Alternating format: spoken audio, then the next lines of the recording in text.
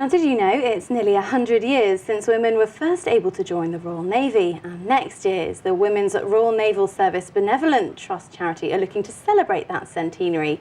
Joining us in the studio to tell us more about a particular part of these celebrations and the Benevolent Trust are Sarah Ayton and Sarah and Alison. That's what I've got. So if I start with you, Alison, just tell me a bit about how women were first able to join the Royal Navy and why. Well, women weren't part of the Royal Navy originally. It was a separate service, so it was the Women's Royal Naval Service, which was formed in 1917 to meet a requirement to free a man for the fleet, basically. Right, and what does this free a man for? What does that mean? Well, more heavy losses, men lost at sea, shore jobs still needed to be carried out, and so they enrolled women to carry out certain shore jobs and indeed in some areas certain sea jobs. Okay, and so men, presumably this is kind of in the midst of World War I as well. Yes, so 1917, yeah. Quite a few, 7,000 Rennes serving. So it's quite important to stress that they were actually a separate service at that time. Okay, and then presumably later on, further down the line, that sort of got merged into one? The Women's Royal Naval Service was disbanded in '93, and then the women that were still serving were given the opportunity to cut over into the Royal Navy, as indeed I was. So, I mean, it almost seems amazing that it's so recent, doesn't it? Gosh. Yeah. And there's part of what you guys do is this Benevolent Trust. Just tell me a bit about it, please, Sarah. Well, the trust was formed in 1942 when there were 70-odd thousand women serving, and the Admiralty decided that some form of assistance needed to be given to these ladies, particularly when they started to be demobbed towards the end of the Second World War. And that assistance started off really with preparing them for the civilian life. So job interviews, clothing, money towards travel expenses, that sort of thing. So they'd had a great time working for the Naval Service, and the Admiralty and the Trust helped to prepare them for their entry back into civilian life. And the Trust is still kind of going today, is it? Absolutely. Sort of 70 plus years later, we are still helping roughly 300 women a year and their families, and spending about £300,000 a year on that support, be it one-off support or one-off regular grants for those who might need help with care or simply to top up their state pension, particularly if they're single ladies with no other forms of income.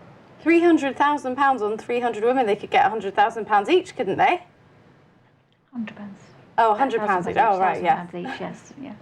Gosh, and part of what you're doing is the WRNS 100 commemorative appeal. I'm just going to show this to the camera if they can see it.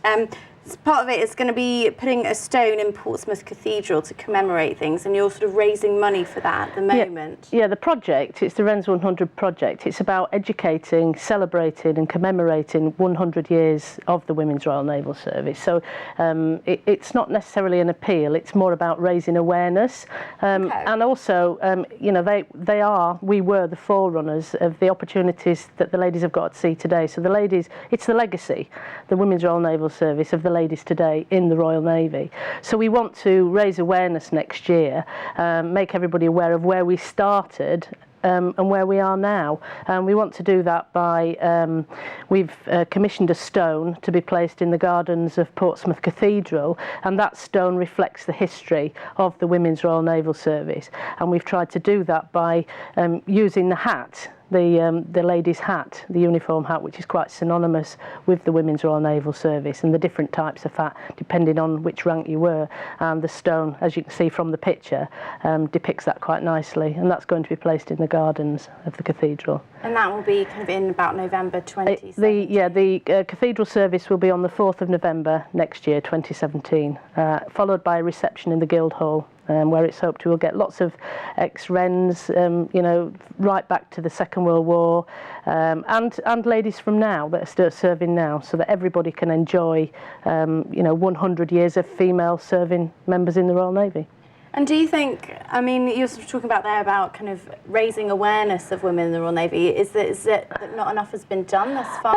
It's just, it's to celebrate women, and the launch is actually on the 8th of March on International Women's Day, which I think is a good day to do that in the Royal Naval Museum.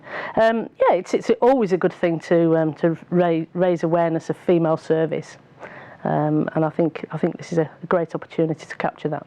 And part of what you're doing is kind of getting perhaps people who have served or people who might have family that have served to kind of send in, you know, perhaps a few pounds towards it. Yeah. Just tell me a bit about that. Well, we want to, obviously, it's a project. It's not funded. We're self-funding the project, which there's lots of events. There's an event in Greenwich. Obviously, the event in Portsmouth, it needs money. The tea in the Guildhall needs money. So we're trying to raise funds for that and asking people to donate in memory of family or if you've served. And that donation will be recognised and recorded.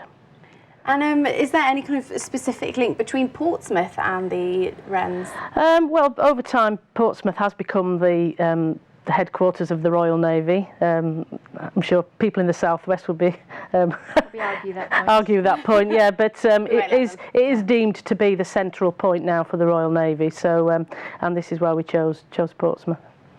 Great. Well, thanks, ladies. Thank you very much for coming on, and we look forward to kind of seeing the unveiling and the launch later on. Thank you very much.